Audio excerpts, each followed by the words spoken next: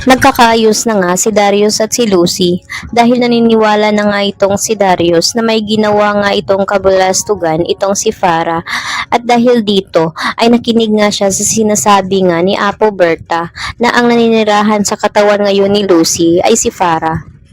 Kaya naman ngayon ay bigla nga niya itong kinuha, ito nga si Lucy, at binigyan nga niya ito ng salita at sinabi nga niya na wag raw umano siyang mag-alala dahil siya mismo ang tutulong nga nito sa kanya.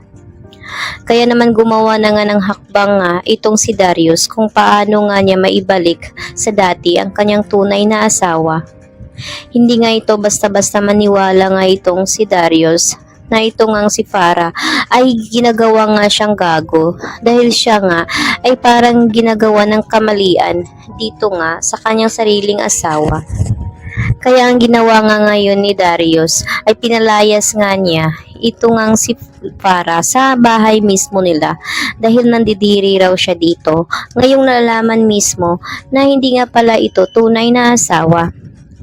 Kaya naman masaya naman itong si Lucy dahil sa wakas nga ay pinapaniwalaan na siya ng kanyang asawa.